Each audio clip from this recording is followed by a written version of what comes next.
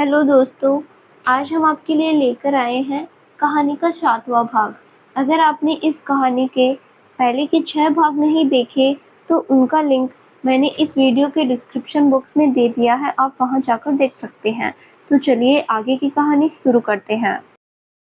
तू वादा किता शिके जिंद तेरी खुशियां नाल भर देऊं, तो अखदा हुंदा सी कि चन्न तेरे पैरां च धर देऊं। उसके कानों में लगे ईयरफोन में एक पंजाबी सॉन्ग धीमी आवाज में बज रहा था। उसके होठ भी उसके लिरिक्स के साथ ही हिल रहे थे और उसके आंसू आंखों से बहते हुए उसके पीलों को भिगो रहे थे। हालांकि ये सब किसी को नजर नहीं आ सकता था क्योंकि रूम की सारी लाइट्स ऑफ थी, जिस वजह से पूरा कमरा अंधेरे में डूबा हुआ था। जैसे 3 दिन बाद आने वाली अमावस्या आज ही उसके कमरे में पधार चुकी हो। डिनर करने के बाद वो इस वक्त रूम में लेट चुकी थी। हालांकि उसका खाने का मन तो नहीं था, लेकिन मम्मा के कहने की वजह से उसने खाना खा लिया था। रोशनी उसे अच्छी नहीं लग रही थी, इसीलिए उसने सारी लाइट्स, खिड़की और दरवाजे को अच्छे से बंद कर दिया था। इस अंधेरे में वो अपने लिए शांति खोज रही थी, पर वो तो कैसे मिल सकती थी जब उसके भीतर ही बवंडर छाया हुआ था। उसने उस बवंडर से पीछा छुड़ाने के लिए कानों में ईयरफोन लगा लिए और अपने फ़ोन की प्लेलिस्ट चला दी। ये महज संयोग ही था कि सबसे पहले एक सैड सॉन्ग ही शुरू हो गया। उसने जब बोल सुने तो उसका मन नहीं किया चेंज करने का, क्योंकि इस वक्त वो भी बहुत उदास थी और ये सॉन्ग उसे काफ़ी अच्छा लगता था। लगातार 3 से 4 बार वही गाना चल रहा था, लेकिन फिर भी उसने बदलने की कोशिश नहीं की। सॉन्ग एक बार फिर से प्ले हुआ तो उसकी शुरुआती लाइंस के साथ उसे अनिमेश की वो बातें याद आ गई जो वो रिश्ते के शुरुआती कुछ दिनों में किया करता था। कितने अच्छे दिन थे वो, जब वो और अनिमेश अपने भविष्य के सपने देखा करते थे। हालांकि उनके रिलेशनशिप में आए अभी ज़्यादा वक्त नहीं हुआ था, फिर भी अभी से वो दोनों अपनी शादी के सपने देखने लगे थे। वो अक्सर उसे बोलता था कि जब हमारी शादी होगी तो मैं तुम्हें बहुत अच्छे से रखूँगा। तुम्हें कभी एहसास ही नहीं होगा कि तुम अपने घर में नहीं हो। तुम्हें इतना प्यार करूँगा कि तुम परेशान हो जाओगी मुझसे। तुम्हें जो भी चाहिए होगा वो सब ला कर दूँगा, चाहे कहीं से भी अरेंज करना पड़े। उसकी ज़रा सी तबीयत खराब होती तो तुरंत परेशान हो जाता। वो कभी लड़ाई करके रोती तो खुद भी रोने लगता और फिर दोनों अच्छे से प्यार से बात करते। उसका प्यार और फिक्र देखकर उसे हमेशा यही महसूस होता था जैसे वो उसके लिए ही बना हो। कुछ ही दिनों में उनका प्यार इतना बढ़ गया मानो सदियों से जानते हो। उसे याद आ रहा था कि कैसे वो उससे बात करने के लिए भी बेचैन हो जाता था। घंटों बातें होती थी उनमें, पूरी दुनिया को परे रखकर। कैसे वो कभी उसकी हेयर स्टाइल तो कभी उसकी नाक का मजाक बनाकर चिढ़ाता था। कैसे वो जब कोई अंट-संट बात करता तो वो अजीब सा रिएक्शन देकर बोलती, तुम्हें मज़ा आता है ये सब बकवास करके? तो वो हंसते हुए जवाब देता, नहीं, पर ये बकवास करने के बाद तुम्हारे जो रिएक्शन होते हैं वो देखकर मज़ा आता है। और फिर वो भी मुस्कुरा देती। धीरे धीरे वो बदमाशियाँ, वो प्यार, वो फिक्र कहीं गुमसा होने लगा और कब उसके लिए प्यार का मतलब सेक्स बन गया पता ही नहीं चला। जाने कितने ही दिनों तक वो उसे हक करने के लिए तरस जाती थी और अब तो उसने इस बारे में सोचना ही बंद कर दिया। जाने कब का उसने उसके साथ भविष्य के सपने संजोना भी बंद कर दिया था। उसे उसकी मीठी बातें, तमाम वादे कस्में याद आ रही थी जो कब के उसने तोड़ दिए थे और अभी भी तोड़ रहा था। यहाँ तक कि अब तो उसके लिए उसकी कस्मों और वादों पर यकीन करना भी मुश्किल हो गया था। उसने ईयरफोन निकाल कर रख दिए क्योंकि ये उसके दुख को कम नहीं कर पा रहे थे। उसे अभी भी रह रहकर अनिमेश की बातें याद आ रही थी। भले ही उसने जाहिर नहीं किया था, लेकिन सच तो यही था कि उसकी इस तरह की बातें सुनकर उसे बहुत तकलीफ़ हो रही थी। एक टाइम था जब कोई लड़की उसकी तरफ देखती तो वो भी चिढ़ जाती, नाराज़ होती। वो जब बोलता कि क्यों नाराज़ हो रही हो, मैं कौन सा जा रहा हूँ उसके पास, तो वो जवाब देती, तो तुम्हें ही क्यों देख रही है, दूसरे लड़के नहीं हैं क्या?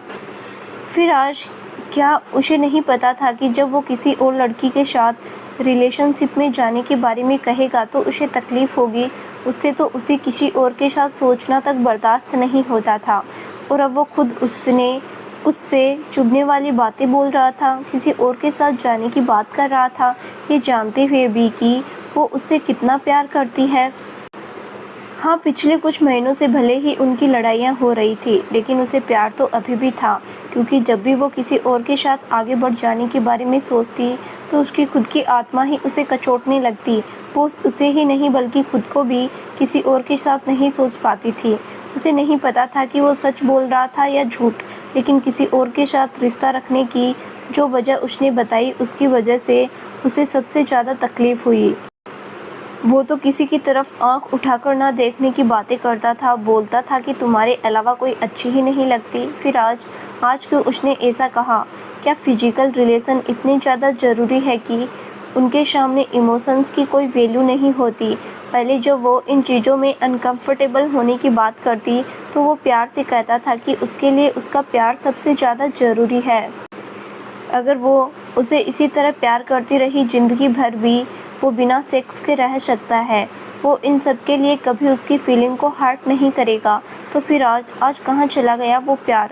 वो लगातार रोए जा रही थी। उसे डर भी लग रहा था कि अगर सच में उसने ऐसा किया तो वो कैसे रह पाएगी, कैसे देख पाएगी वो उसे किसी और के साथ। और इसीलिए अब सच में उसका मन कर रहा था कि इससे पहले वो उसे छोड़कर किसी और को चुने, वो खुद ही उसे छोड़ दे, दूर चली जाए कहीं। कम से कम इससे उसे इतनी तकलीफ़ तो नहीं होगी। अनिमेष को किसी और के साथ नहीं देखना पड़ेगा उसे। उसने उसे नहीं बताया था कि उसे बुरा लग रहा है, लेकिन उसके हिसाब से जब किसी को पता हो कि आपको किस चीज़ से तकलीफ़ होती है, फिर भी वो आपके दर्द की परवाह किए बिना वही करे, तो फिर उसे अपने दर्द का हवाला देना बेकार है। उसके सामने ये दिखाना ही सही है कि उसके लिए सब नॉर्मल है। वो सोच रही थी कि काश उसके भीतर से प्यार ही ख़त्म हो जाए, सारी फीलिंग से मर जाए। उसे अब किसी का साथ नहीं चाहिए था। उसकी इच्छा थी कि वो कहीं दूर चली जाए जहाँ कोई उसे जानता ही ना हो, ना ही कोई जानने की कोशिश करे। वो ऐसे ही सोचते हुए मुंह दबाकर रो रही थी, क्योंकि अगर वो ज़ोर से रोती तो उसके घर वालों को पता चल जाता, जो वो बिल्कुल भी नहीं चाहती थी। इधर जहाँ वो इस हाल में थी, वहीं दूसरी तरफ अनिमेष अपने रूम में लेटा हुआ था। इस दौरान उसने दोबारा उसे कॉल करना भी ज़रूरी नहीं समझा था। वो अपने फ़ोन में बिजी था कि तभी उसके पास किसी की कॉल आई। हेलो, उसने कॉल रिसीव करके कहा। सामने से कुछ बोला गया। हाँ, सब ठीक है, तुम बताओ। अच्छा, हाँ, वो थोड़ा सा परेशान तो था। नहीं, कुछ खास नहीं, तुम छोड़ो ना। क्या? अरे ना ना, उससे तो बात नहीं हुई, झगड़ा हो गया था मेरा। हाँ, आज ही काफ़ी बड़ा। तो फिर करना क्या था? मैंने ब्रेकअप ले लिया। हाँ, रोज़ रोज़ की नौटंकी से तंग हो गया था मैं भी। हाँ यार, थोड़ा बहुत दुख तो होता ही है। खैर, क्या किया जा सकता है, वैसे भी जो होता है अच्छे के लिए ही होता है। क्या पता अब क्या अच्छा होने वाला हो मेरी ज़िंदगी में। हाँ, अभी थोड़ा टाइम तो लगेगा निकलने में, कोई साथी मिल जाए तो आसान होगा। बाकी तो देखेंगे फिर। और सब क्या हो रहा है? अच्छा, हाँ हाँ हाँ। बात करते टाइम उसके एक्सप्रेशन देखकर लग नहीं रहा था कि उसे किसी चीज़ का कोई दुख है। आई है दिवाली, सुनो जी घर वाली, तेरे कंगने ने दिल धड़काया है। लगे सजना मेरा आज पगलाया है। अरे लेकिन दिवाली तो आज नहीं है, फिर क्यों गा रहे हो ये? आरव अपना गला फाड़कर आवाज़ में चिल्लाकर गा ही रहा था कि तभी शांभवी ने उसे टोकते हुए कहा, अरे यार शांभवी, आज दिवाली नहीं है तो क्या हुआ? छोटी दिवाली तो है ना, और वैसे भी मैं तो छोटा हूँ, तो मेरी घरवाली तो छोटी दिवाली में ही मिलेगी ना। दिवाली पर ब्रो की ही बाजी मार ले जाएंगे। वैसे भी हमारे लिए तो कहाँ दिवाली में कोई गाएगा नाचेगा। मैं तो ये भी दिल को तसल्ली देने के लिए गा रहा हूँ। बाकी हम जैसे सिंगल लोगों के हिस्से में तो ये मिर्ची लाइट्स ही आएगी, फुलझड़ियाँ थोड़ी ना। उसने अजीब सी रोनी सूरत बनाकर मिर्ची लाइट्स को देखकर एक खंबे पर लपेटते हुए कहा, जिससे शांभवी को हंसी आ गई। हाँ हाँ, तुम टेंशन मत लो, तुम्हारे लिए तो मैं फटाका ढूंढूंगी। फटाका? ऊपर से नीचे तक बॉम्ब जैसी? हाँ बस, अगर तुम्हें उड़ाए तो जिम्मेदारी मेरी नहीं है, तुम खुद ही संभाल लेना। उसने हंसते हुए कहा। क्या यार शांभवी, अब तुम भी ऐसे बोलोगी? उसने मुंह बनाया। तुम दोनों फटाफट काम करो, वरना बॉम्ब लाके तुम्हारे सिर पर ही ब्लास्ट करूँगा। तभी शारव ने उन दोनों को डांटते हुए कहा, यार आरव, एक काम करते हैं, तुम्हारे लिए फुलझड़ी ले आएंगे और ये सारव सर के लिए ही ढूंढते हैं हम दोनों कोई बॉम्ब जैसी, जो रोज़ इनके सिर से पाँव तक फूटे, सोते जागते धमाके ही धमाके हो। मज़ा आ जाएगा सच्ची। उसने धीरे से फुसफुसाते हुए आरव से कहा, जिसके बाद दोनों मुँह दबाकर हंस पड़े। आज नरक चतुर्दशी यानी छोटी दिवाली वाला दिन था और इस वक्त वे तीनों राधा के साथ मिलकर घर की डेकोरेशन कर रहे थे। इस दौरान उसकी मॉम भी उन्हें बता रही थी कि कहाँ क्या करना है। हालांकि बाकी सब तो पिछले दिन ही हो गया था, बस लाइट्स और आर्टिफिशियल फूलों की लड़ियाँ ही लगानी बाकी थी जो वो कर रहे थे। क्योंकि दिवाली तो 3 दिन तक मनाई जाने वाली थी, लेकिन असली फूल तो एक दिन में ही मुरझा जाते, इसीलिए उनका इस्तेमाल सिर्फ पूजा और रंगोली के लिए ही किया जाने वाला था। वो सब आपस में हंसी मजाक करते हुए काम कर रहे थे। शांभवी आज खुद ही आ गई थी यहाँ, क्योंकि उसके छोटे से घर की सजावट उसकी मम्मी और वो एक ही दिन में कर लेते। हे यू, ये लाइट्स उठाओ और छत पर ले चलो। यहाँ तो हो गया, लेकिन टेरेस पर भी ये लटकानी बाकी है, उसके बाद तुम फ्री, शारव ने शांभवी से कहा। टेरेस पर जाने की मेहनत क्यों करनी सर, इतनी सारी सीढ़ियाँ और मैं नन्ही सी जान जो अब थकान से हलकान। ये आपकी 6 फीट की हाइट किस काम आएगी। एक काम कीजिए, यहीं नीचे से ही लगा दीजिए ना, उसने धम से सोफे पर बैठते हुए कहा। और खाओ गोलगप्पे, बस फूट गई ना इतने से ही, निकम्मी कहीं की, शारव ने बोला। आपको किसने बताई गोलगप्पे वाली बात, शांभवी ने आश्चर्य से पूछा। किसी ने नहीं, पर तुम्हारी जैसी लड़कियों को गोलगप्पे तो पसंद ही होते हैं। ऊपर से नेचर, तीखा खाने का असर तो दिखता ही है ना बिहेवियर में, उसने मुंह बनाया। आप ना कुछ भी मत बोलिए, चलो आरव, हम लोग भी छत पर ही कर देते हैं डेकोरेशन। वैसे भी असरों से परोपकार की उम्मीद करना तो बेवकूफ़ी है। उसने कहा और लाइट्स उठाकर छत की तरफ चल दी। पीछे पीछे आरव और सारव भी थे, उन्होंने भी लाइट्स लड़ियाँ पकड़ी हुई थी। दोपहर हो चुकी थी, उन सब ने मिलकर पूरी सजावट कर दी थी और अभी डाइनिंग टेबल पर बैठकर लंच कर रहे थे। वाह, अब देखो घर कितना अच्छा और नया सा लग रहा है, आरव ने चारों तरफ देखकर कहा। हाँ, अब तुम सब ने इतनी मेहनत जो की है, और thank you so much Shambhavi बेटा कि तुम यहाँ आई और हमारी हेल्प की। शारव की मोम ने मुस्कुराकर शांभवी से कहा। अरे नहीं आंटी, मैंने ऐसे ही कुछ नहीं किया। हाँ तो सारव सर, आप अब मेरे घर चलेंगे मेरी हेल्प करने के लिए। मैं तो नहीं आ रहा, तुम ही करो, और मैं तो आंटी से भी बोल दूंगा वो भी तुम्हारी हेल्प ना करे, तभी अच्छा रहेगा। लेडी सॉल कहीं की, उसने मुंह बनाकर कहा। आप कुछ भी मत बोलिए, कितने बेकार हैं आप। खुद के घर की डेकोरेशन तो करवा ली और अब मेरे घर नहीं करवाना चाहते, स्वार्थी इंसान। हाँ तो तुमसे किसने कहा था आज आने के लिए, हम काम कर रहे थे तो तुमसे भी करवाएंगे ना आप। अरे शांभवी, मैं चल रहा हूँ ना तुम्हारे साथ, वैसे भी भाई की बोरिंग कंपनी से तो तुम्हारे साथ काम करना ही बढ़िया है। ओके, मुझे भी तुम्हारी कंपनी ही पसंद है, उसने सारव की ओर मुंह बनाकर कहा। लंच करने के बाद वो दोनों शांभवी के घर आ गए, जहाँ शांभवी की मम्मा पहले ही सजावट में बिजी थी। फिर शांभवी और आरव भी उनकी हेल्प करने लगते हैं। आरव एक दिन पहले भी आ चुका था, तो उसे तो वो जानती ही थी। वो लोग शांभवी के घर को बहुत अच्छे से डेकोरेट करते हैं। शांभवी की माँ ने खूबसूरत झालर, कंदीले और कई सारी दूसरी चीज़ें खुद अपने ही हाथों से तैयार की थी, जो बहुत ही ज़्यादा सुंदर थी। वो लोग छत पर जाकर डेकोरेशन कर रहे थे और किचन में शांभवी की माँ सबके लिए चाय और स्नैक्स तैयार कर रही थी, क्योंकि अब शाम के 5 बजने वाले थे। तभी उनके घर की डोरबेल बजी।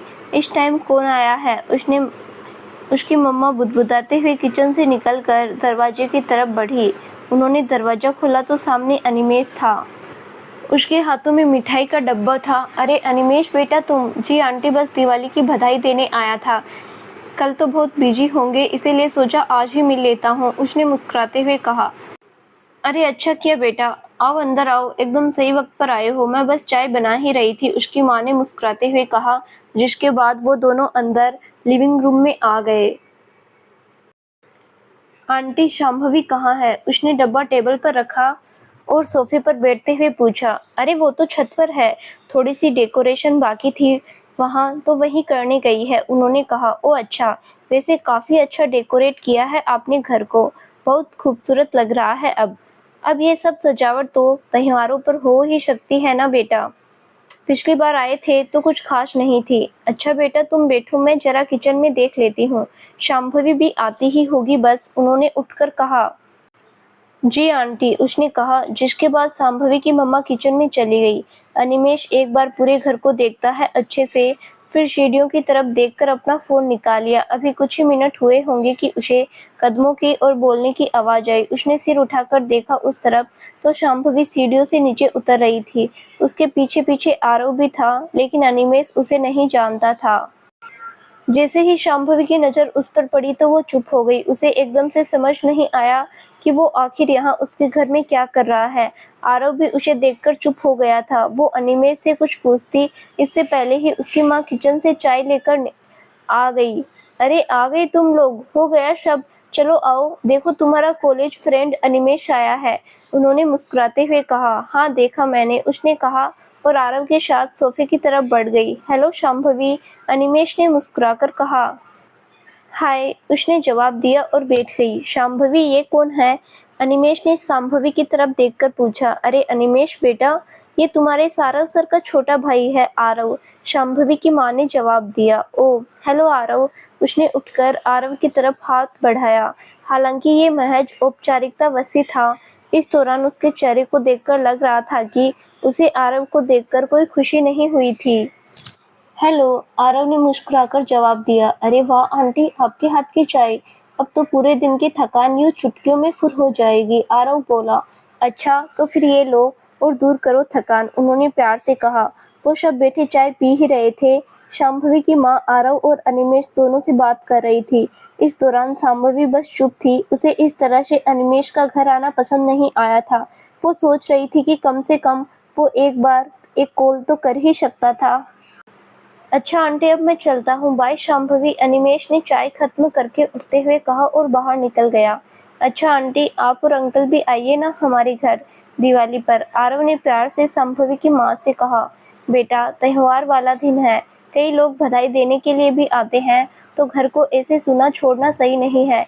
शांभवी आ जाएगी ना, वैसे भी तुम सब बच्चे साथ में होगे तो अच्छे से एंजॉय कर पाओगे, हम फिर कभी आ जाएंगे, उन्होंने मुस्कुराकर जवाब दिया। ओके ठीक है, पर पक्का आप लोग भी आना जरूर। हाँ पक्का। अच्छा अब मुझे भी निकलना चाहिए, चलो मैं तुम्हें बाहर तक छोड़ देती हूँ, शांभवी ने उठकर मुस्कुराते हुए कहा। रात के 9 बज रहे थे। शांभवी अपने घर की छत पर खड़ी थी। हालांकि आज छोटी दिवाली थी, फिर भी आसपास के सभी घर लाइट से जगमगा रहे थे। आसपास की रोशनी देखकर उसके चेहरे पर मुस्कुराहट आ गई। वातावरण में हल्की ठंडी थी, यही कारण था कि उसने अपने दुपट्टे को अच्छे से ओढ़ लिया। दुपट्टा थोड़ा मोटा था तो उसे अब ठंड भी महसूस नहीं हो रही थी। उसके मम्मी पापा नीचे ही थे, लेकिन डिनर करने के बाद वो छत पर आ गई थी। वो धीरे धीरे कदमों से चलते हुए छत पर टहल रही थी। हालांकि इस वक्त उसके चेहरे पर हल्की सी उदासी थी, पता नहीं क्यों आज उसे अपने रिश्ते के टूट जाने का डर सता रहा था। बहुत अजीब सा फील हो रहा था, एक अजीब सी बेचैनी सी कि तभी उसका फोन वाइब्रेट हुआ। अनिमेष उसे कॉल कर रहा था। उसने कॉल रिसीव कर ली। हेलो, उसकी आवाज में मायूसी थी। हेलो, मिल गई फुर्सत, उसने अजीब सी टोन में पूछा। आजकल तो पूरी फैमिली के साथ उठना बैठना हो रहा है तुम्हारा, कभी सारव, कभी उसकी मॉम, तो कभी उसका भाई, क्या बात है आखिर? यार तुम ऐसे क्यों बोल रहे हो, क्या मतलब है तुम्हारा? वो धीमे से बोली। मेरा यही मतलब है कि तुम्हें नहीं लगता आजकल कुछ ज्यादा ही नजदीकियां नहीं बढ़ रही तुम लोगों की? तुम्हें याद रखना चाहिए कि तुम रिलेशनशिप में हो। यार मुझे सब याद है और अच्छे से, सारा सर मेरे सर है बस और कुछ नहीं, लेकिन तुम्हें तो ये समझना ही नहीं है, तो अब तुम मुझे समझाओगी? नहीं, मुझे कुछ नहीं समझाना तुम्हें, और फिलहाल मेरा बहस करने का मन नहीं है, इसीलिए मैं कॉल कट कर रही हूँ, बाय। बात करने का मन नहीं है या सिर्फ मुझसे ही बात करने का मन नहीं है? तुम्हें जो समझना हो समझो, लेकिन मैं सच में कुछ देर अकेले और शांत रहना चाहती हूँ, शांभवी ने कहा और कॉल कट कर दी। इस दौरान उसके चेहरे पर गुस्सा नहीं था, बल्कि एक अजीब सा ही भाव था जिसे समझना बहुत मुश्किल था। यहाँ तक कि खुद उसको भी समझ नहीं आ रहा था कि वो कैसा फील कर रही है। वो उदास थी, मायूस थी, बेचैन थी या कुछ और, उसे पता नहीं चल रहा था। बस एक अजीब सी टीस महसूस कर रही थी वो अपने भीतर, एक अनकहा सा दर्द जिसकी वजह से वो हंस भी नहीं पा रही थी और ना ही उसकी आंखों से आंसू निकल पा रहे थे। वो काफी देर तक ऐसे ही टहल रही थी, तभी उसकी माँ ने नीचे बुला लिया क्योंकि अब लगभग 10 बजने वाले थे।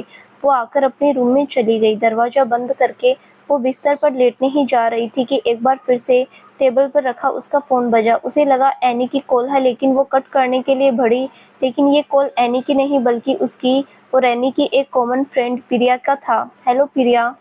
हेलो, क्या कर रही है? कुछ नहीं यार, बस सोने की तैयारी, उसने हल्का सा मुस्कुराकर कहा। क्या हुआ, तू इतनी भूची-भूची सी क्यों लग रही है? कुछ नहीं यार, बस ऐसे ही। और तू बता, इतने दिन बाद कॉल की? हाँ यार, बस ऐसे ही, अब काफ़ी बिजी रहती हूँ तो। अच्छा, कोई बात नहीं। अच्छा एक बात बता, तुम दोनों के बीच कुछ हुआ है क्या? वो आज अचानक से ही एनी से भी बात हुई, तो वो बोल रहा था कुछ तेरे बारे में। प्रिया बोली। क्या बोल रहा था? शांभवी ने पूछा। यही कि तुम्हारे कोई प्रोफेसर है ना, कोई सारव सर, उनके साथ तेरा कुछ चल रहा है। मुझे तो उसकी बात सही नहीं लगी। आफ्टर ऑल तू एनी से कितना प्यार करती है मैं अच्छे से जानती हूँ। तुम दोनों की रिलेशनशिप जब से शुरू हुई है तब से जानती हूँ। मैंने बोला भी उससे कि तुम्हें कोई गलतफहमी हुई होगी, पर वो अड़ा ही रहा, तो मुझे लगा कि एक बार तुझसे भी बात करनी चाहिए। अच्छा, धीमे से बोली। क्या हुआ, तूने कोई जवाब नहीं दिया? किस बारे में? जो एनी कह रहा था। यार ऐसा कुछ नहीं है, सारव सर बस मेरे सर ही है, मैंने उसे भी सब क्लियर किया है। एक्चुअली वो, फिर उसने सारव वाली पूरी बात उसे बता दी। पता नहीं यार क्या चल रहा है इसके दिमाग में। खैर तू छोड़, अभी मैं रख रही हूँ। Okay bye. बाय उसने कहा और कॉल कट कर दी। वो थोड़ी देर बैठी रही। वो इस वक्त लड़ाई झगड़ा नहीं करना चाहती थी। उसे पता था कि एनी को समझाने का कोई फ़ायदा नहीं है, वो वही समझेगा जो उसके दिमाग में पक रहा होगा। लेकिन उसे ये बात बिल्कुल पसंद नहीं आ रही थी कि बाकी सबसे भी वो उसके बारे में ये बकवास कर रहा है, वो भी तब जब उसके और सारव सर के बीच कुछ था भी नहीं। इसीलिए आखिरकार उसने इस बारे में उससे बात करने का भी सोचा। उसने फ़ोन उठाया और अनिमेष को कॉल लगा दी। हेलो, अनिमेष बोला। तुमने क्या बोला प्रिया से? शांभवी ने सीधे उससे पूछा। मैंने क्या बोला है? वो बोल रही थी कि तुमने उसे मेरे और सारव सर के बारे में बताया है। अगर तुमने नहीं बताया होता तो उसे सारव सर के बारे में सपने में पता चलता क्या? शांभवी थोड़ा गुस्से से बोली। हाँ बताया था। और तुम ये बताओ, गलत क्या कहा मैंने? गलत ही है सब। तुमसे मैंने पहले भी कहा है, लेकिन तुम मेरी तो यार उनसे ज़्यादा बात भी नहीं होती। उन्होंने तो उस दिन से कॉल ही नहीं की मुझे। तुम क्यों एक सीधे साधे इंसान को बदनाम करने की कोशिश कर रहे हो? वो एक अच्छे इंसान है और मैंने कितनी बार कहा है कि मैं नहीं सोचती तुम्हारे अलावा किसी के बारे में। अगर सोचती तो कब का तुम्हें छोड़कर जा चुकी होती और तुम मुझे रोक भी नहीं पाते। लेकिन बस, अब मुझे तुमसे कुछ नहीं कहना। तुम्हें शक हो तो तुम मेरा फ़ोन जब चाहे तब चेक कर सकते हो, मुझे कोई दिक्कत नहीं होगी। बस प्लीज़ ये फालतू की चीज़ें मत पूछना मुझसे, और मेरी रिक्वेस्ट है कि प्लीज़ लोगों से ये सब कहना बंद कर दो, क्योंकि मैं नहीं चाहती कि किसी दिन ये बातें सारव सर के कानों तक पहुँचे। सो प्लीज बस इतना ही कहना था मुझे, बाकी तुम्हें जो करना है करो। मैं अब तुमसे लड़ नहीं सकती, मुझमें इतनी एनर्जी बाकी नहीं बची है। बाय, गुड नाइट उसने कहा और तुरंत कॉल कट कर दी। दिवाली से पहले की रात से ही उसका फिर से झगड़ा हो गया। हालांकि अब तो ये झगड़े आम हो गए थे उनमें। खैर देखते हैं ये दिवाली इन सब में किसी के लिए खुशियों की कोई सौगात ला पाती है या नहीं। हर घर, हर दर, बाहर भीतर, नीचे ऊपर, हर जगह सुगर, कैसी उजियारी है पग पग, जगमग जगमग जगमग जगमग। घर में रखे सभी दीपों को जलाकर सब वो छत पर पहुंची तो आसपास का नज़ारा देखकर उसे अनायास ही सोहनलाल द्विवेदी जी की कविता दिवाली की पंक्तियाँ याद आ गई। ये दिवाली की सुरमई शाम थी। वास्तव में हर घर, अंदर बाहर, नीचे ऊपर, हर कदम पर जगमग उजियारा छाया हुआ था। उन नन्हे रोशनी से दीपकों को देखकर तो जैसे सच में नयन ठगे हुए से प्रतीत हो रहे थे। प्रकाश पर्व का ऐसा अनुपम सौंदर्य, मानो किसी नव यौवना के रत्न जड़ित आभूषण एक साथ चमक उठे हो, अनगिनत जुगनू एक साथ जगमगाकर रोशनी फैला रहे हो, मानो आसमान आज स्वयं असंख्य तारों सहित धरा पर उतर आया हो। हर ओर बस दीप ही दीप। अमावस्या की काली रात आज पूर्णिमा से भी ज्यादा उजली हो गई थी। ऐसा प्रतीत हो रहा था मानो अंधकार से सुप्त अमावस्या ने आज रूपवती पूर्णिमा के दर्प को चकनाचूर करने के इरादे से इन दीपकों से श्रृंगार किया है। ऐसा लग रहा था जैसे आज से ये दीप धरती पर सारा अंधकार समाप्त करने का प्रण लेकर ही आए हो। उसकी माँ अब दीपों में तेल डाल रही थी। और वो उन्हें जल्दी जल्दी रोशन कर रही थी। रूही की बातें उन्हें पहले ही उनमें एक साथ ही डाल दी थी। उन्होंने जल्दी से दिए जलाए और उसके बाद शांभवी की माँ नीचे चली गई, क्योंकि उन्हें लक्ष्मी पूजा की तैयारी भी करनी थी। लेकिन वो वहीं छत पर ही रुककर रोशनी से जगमगाते हुए शहर को देखने लगी। उसने झांककर नीचे गली में देखा तो अभी सभी घरों के बाहर दिए जल रहे थे। लोगों ने अपने घरों के मुख्य दरवाजे के सामने सुंदर रंगोलियां भी बनाई थी। खुद उसने भी अपने घर के दरवाजे के बाहर फूलों से एक सुंदर रंगोली बनाकर उसे दियों से सजाया था। उसकी माँ ने उसे बताया था कि जब मुख्य द्वार पर रंगोली बनाकर वहां दीपक जलाते हैं तो माता लक्ष्मी दियों की रोशनी में रंगोली से आकर्षित होकर घर में प्रवेश करती है। इस दौरान उन्होंने मुख्य द्वार को खुला भी छोड़ा हुआ था। वो थोड़ा देर तक वहीं घूम घूम कर चारों ओर देख रही थी। हालांकि उसके चेहरे पर थोड़ी सी उदासी थी, क्योंकि आज दिन भर से उसकी अनिमेष से बात नहीं हुई थी। अभी वो कुछ और सोचती उससे पहले ही उसकी माँ ने नीचे से उसे आवाज लगाई, क्योंकि पूजा का मुहूर्त शुरू हो गया था।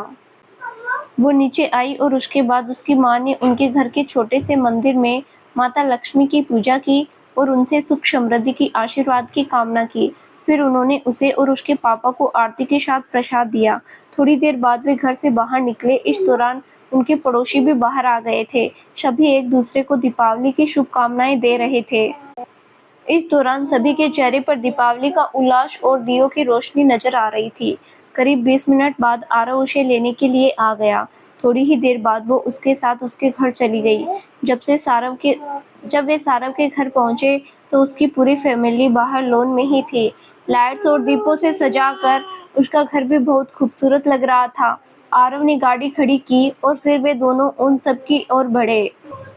Happy Diwali uncle, happy Diwali aunty, उसने सारव की मॉम को हक करते हुए कहा। हैप्पी दिवाली बेटा, उन्होंने प्यार से कहा। आज तो बहुत सुंदर लग रही हो, नजर ना लगे, उन्होंने काजल का टीका उसकी गर्दन पर लगाते हुए कहा। तो सारव ने उसकी तरफ गौर से देखा।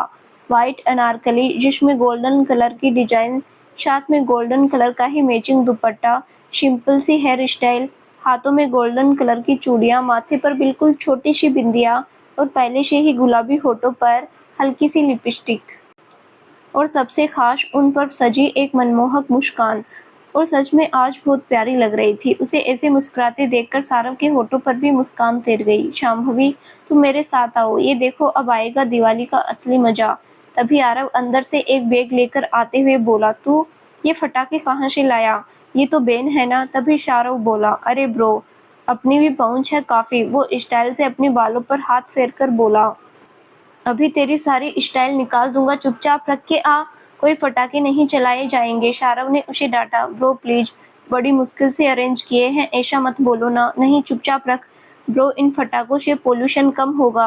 आप चेक कर लो चाहे, आपकी वजह से मैं पहले ही सब देख कर लाया था। एंड ब्रो, मैं तेज आवाज करने वाले फटाके नहीं चलाऊंगा, लेकिन फुलझड़ियाँ वगैरह तो चलाने दो ना प्लीज ब्रो, वरना ये दिवाली तो बेकार ही चली जाएगी। बिना फटाकों के कैसी दिवाली, प्लीज ब्रो, उसने मन्नतें करते हुए कहा। अच्छा, अब आज रो मत ऐसे, ठीक है चला ले, लेकिन ध्यान रहे ज्यादा नहीं, सारव बोला।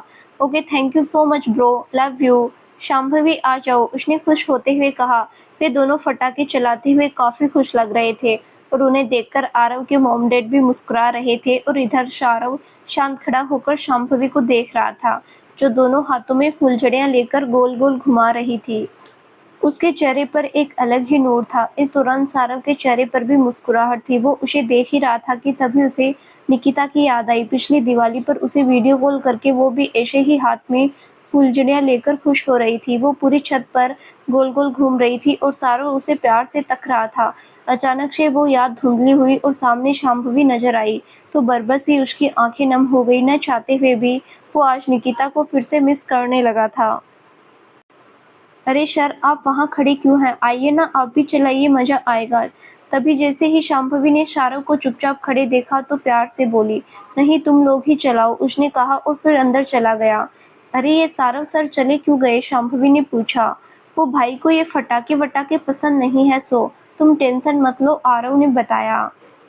तब तक उनके मॉम डैड भी अंदर चले गए। अब वे दोनों ही बाहर थे। कुछ देर बाद वे लोग भी अंदर आ गए।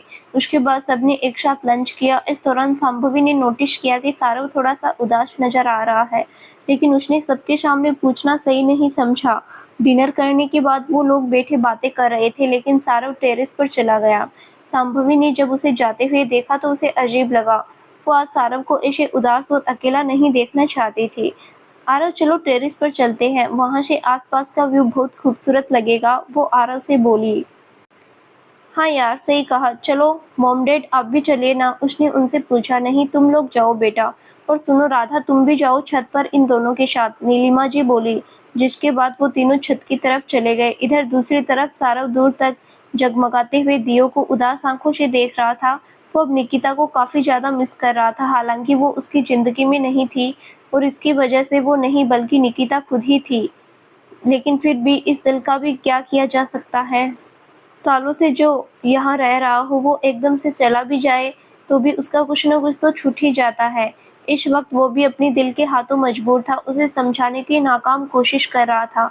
अरे ब्रो, आप यहाँ अकेले क्या कर रहे हैं? पीछे से आवाज आई। उसने पलट कर देखा तो आरव के साथ शांभवी और राधा भी थी। कुछ नहीं, बस ऐसे ही देख रहा था। उसने होठों पर मुस्कुराहट लाने की कोशिश की। क्या देख रहे हैं आप? ये देखिए, ये दिया तो बुझ गया, लेकिन आप तो। शांभवी ने एक बुझे हुए दिए की ओर इशारा करके कहा।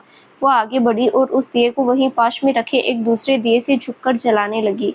इस दौरान उसका चेहरा ठीक दीपक के पास था और दिए की पीले रंग की मंदम रोशनी उसके चेहरे पर पड़ रही थी। उसके गुलाबी होठों पर हल्की मुस्कान थी। तभी सेल्फी लेते हुए आरव की नजर जैसे ही उस पर पड़ी, उसने तुरंत अपने फोन में उसकी फोटो खींच ली। वाव यार, भाटाई लुक। शांभवी देखो तुम्हारी पिक कितनी अच्छी आई है, उसने कहा।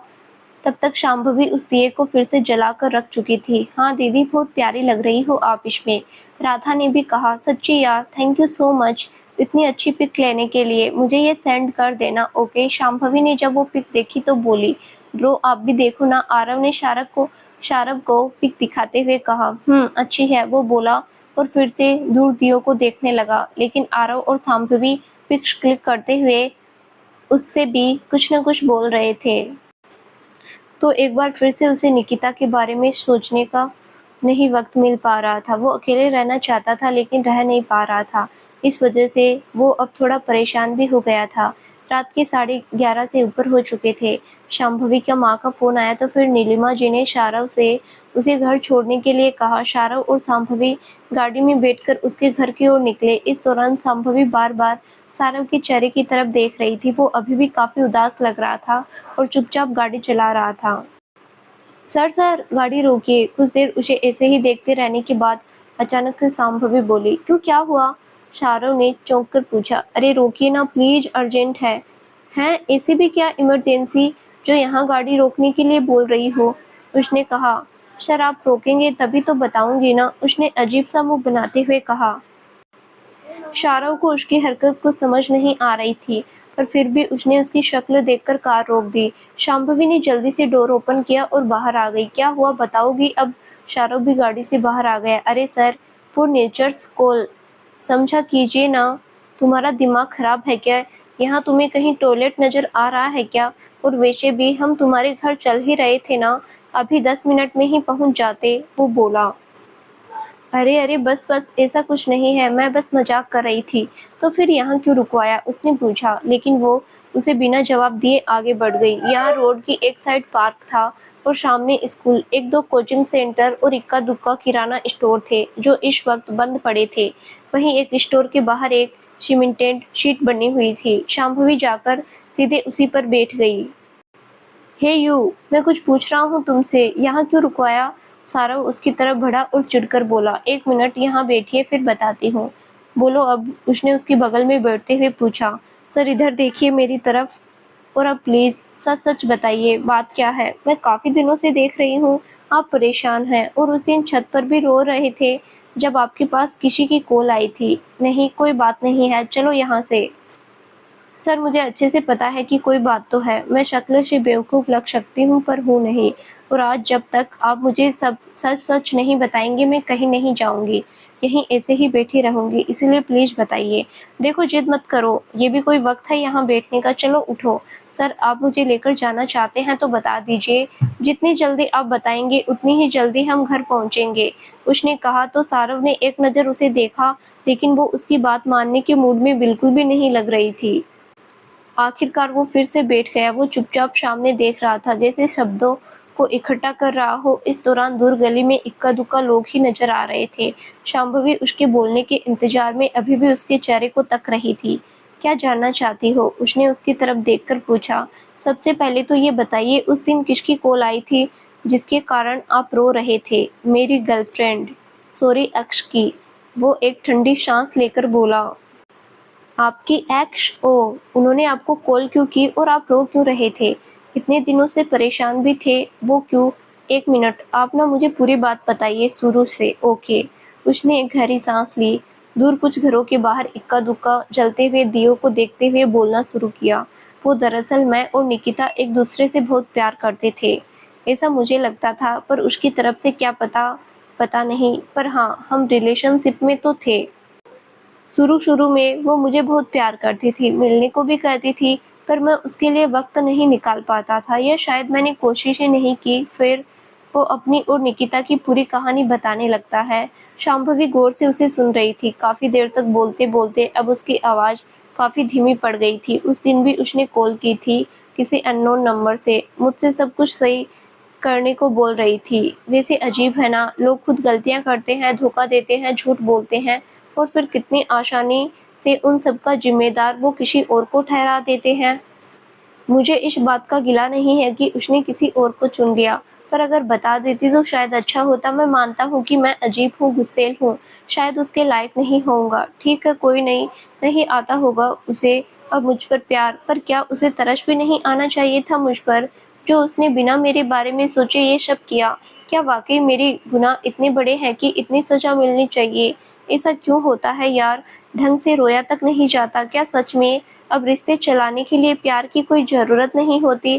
क्या सिर्फ प्यार से रिश्ते नहीं चल सकते? क्या रिश्तों को एक अच्छे मोड़ पर नहीं छोड़ा जा सकता, जहाँ फिर से मिले तो बात करने की गुंजाइश तो बाकी रहे? मैं बहुत प्यार करता था उसे और अब भुला नहीं पाता। इस वजह से खुद पर गुस्सा आता है। कोई इतना कैसे गिर सकता है? किसी को खंजर घोंप कर बोले कि भूल जाओ, आगे बढ़ो, और साथ में ये भी कहे कि तुम्हारी ही गलती थी, तभी मैंने तुम्हें मारा। मैं भी तो उससे दूर ही था। फिर मेरे दिमाग में तो कभी नहीं आया कि मैं किसी और के साथ घूमूं फिरूं, ऐश करूं। मुझे क्यों हर वक्त उसका चेहरा याद आता था? पर नहीं, मैं शायद ये प्यार व्यार के लायक ही नहीं हूँ। मैं सच में बेकार हूँ इस मामले में, इसीलिए मुझे शिकायत करने का भी कोई हक नहीं। वो बोलते-बोलते फबक कर रो पड़ा। उसके साथ-साथ शांभवी की आंखों में भी आंसू आ गए थे। तभी शांभवी उठी और आगे बढ़कर उसे सीने से लगा लिया। सारों को जैसे ही एक सहारा मिला, कई दिनों से रोक कर रखी हुई उसकी रुलाई एक साथ फूट पड़ी। वो उसके सीने में दुबक कर और जोर से रोने लगा। शांभवी उसके बालों को सहला रही थी। इस दौरान उसकी आंखों में भी आंसू बह रहे थे। शारों ने उसे कसकर हक कर रखा था। आज तक उसे इस तरह से किसी ने सीने से नहीं लगाया था और ना ही कभी उसने कोशिश की थी। आज वो जब कमज़ोर था तो उसे ये सहारा मिल गया था, इसीलिए आज वो रोकर अपना सारा बोझ उतार देना चाहता था। वो काफ़ी देर तक ऐसे ही रोते रहा। शांभवी उसके सिर को सहला रही थी। चुप हो जाइए सर, मैं समझ सकती हूँ जब सच्चा प्यार करने के बाद भी ये सब होता है तो कैसा फ़ील होता है। बस कीजिए, चुप हो जाइए। वैसे भी जिन्होंने गलत किया है उन्हें रोना चाहिए, आपको नहीं। आपके आंसू इतने भी सस्ते नहीं हैं कि ऐसे लोगों के लिए बहा दें आप। उसने प्यार से कहा, लेकिन उसने अभी तक रोना बंद नहीं किया, हालांकि अब कम जरूर हो गया था। अरे बस कीजिए, अभी सारे आंसू बहा देंगे तो विदाई पर क्या करेंगे? उसने हल्का सा हंसते हुए कहा और धीरे से उसे अलग किया। मैं लड़की हूँ क्या जो विदाई में आंसू बहाऊंगा? उसने भी अपने आंसू पोंछते हुए कहा। इस दौरान उसके आंसुओं से भीगे चेहरे पर एक छोटी सी इस्माइल आ गई थी। हाँ बिल्कुल, क्योंकि मैं और आरव आपके लिए एकदम खतरनाक दुल्हन ढूंढेंगे, इसीलिए उसकी विदाई पर रोना तो आपको ही आ जाएगा। हट, कुछ भी। अच्छा, अब आप ठीक हैं? उसने प्यार से मुस्कुराकर पूछा। शारों ने हाँ में गर्दन हिलाई। क्या बोल रहे थे आप कि आप लायक ही नहीं है? हाँ सच में, आप उनके जैसी लड़की के लायक नहीं है। वो ना कचरा है और आपको लगता है कि आप डस्टबिन हैं। उसने कहा तो वो हंस पड़ा। सच्ची में सर, आज दिवाली है, खुशियाँ मनाइए कि वो चली गई आपकी जिंदगी से। अगर वो रह जाती तो फिर आने वाली दिवाली का क्या, पूरी जिंदगी ही आपको रोना ही पड़ता, क्योंकि ना तो वो अपनी फितरत बदल पाती और ना ही आप अपनी, वैसे आप बुरा मत मानना, लेकिन मुझे ना सच्ची गुस्सा आ रहा है उन पर। मन कर रहा है आज दिवाली के दियों से उनके सारे बाल जलाकर गजनी बना दूं, फिर कोई पूछेगा भी नहीं। उसने गुस्से में अपने दांत पीसते हुए कहा, ओए बस कर, ठीक है ना, कोई बात नहीं। शाहरुख बोला, अच्छा जब कोई बात नहीं तो फिर क्यों निरूपा रॉय बने हुए थे? अरे दुख तो होता ही है ना। वैसे मेरी छोड़ो, तुम क्यों रो रही थी? वो तो मैं अच्छी हूँ ना, सॉफ्ट हार्टेड, इसीलिए मैं किसी को रोते हुए नहीं देख सकती।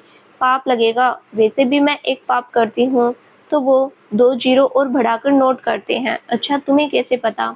मुझे पता है, कभी कभी तो लगता है कि उन्होंने मुझे शायद बनाया ही अपने इंटरटेनमेंट के लिए ही है, बस पॉपकॉर्न के साथ मजे ही लेते हैं। उसने मुंह बनाकर ऊपर देखा। अच्छा तो मेरे रोने पर तुम्हें अपनी बेइज्जती फील हुई होगी कि तुम्हारी शक्ल देखकर भी कोई रो कैसे सकता है, हंसना चाहिए। वो हंसा। यू मीन टू से कि मैं जोकर दिखती हूँ? उसने आंखें तरेरी। ना, मैंने तो ये बिल्कुल नहीं कहा, उसने अपनी हंसी रोकते हुए कहा, क्योंकि इस वक्त सांभवी की शक्ल देखने वाली थी। मुझे सब पता है, आप मुझे इनडायरेक्टली यही बोल रहे हैं। खैर आपका टाइम है, लेकिन याद रखिएगा मेरा भी आएगा। ओके। अच्छा अभी घर चले, काफी टाइम हो गया है। उसने पूछा तो वो खड़ी हो गई। वो दोनों आकर कार में बैठ गए, जिसके बाद सारव ने कार स्टार्ट की और उसके घर की तरफ बढ़ा दी। तो दोस्तों आगे क्या होगा इस कहानी में, जानने के लिए इस कहानी का अगला भाग जरूर देखें, जो बहुत जल्द ही इस चैनल पर प्रसारित किया जाएगा। धन्यवाद।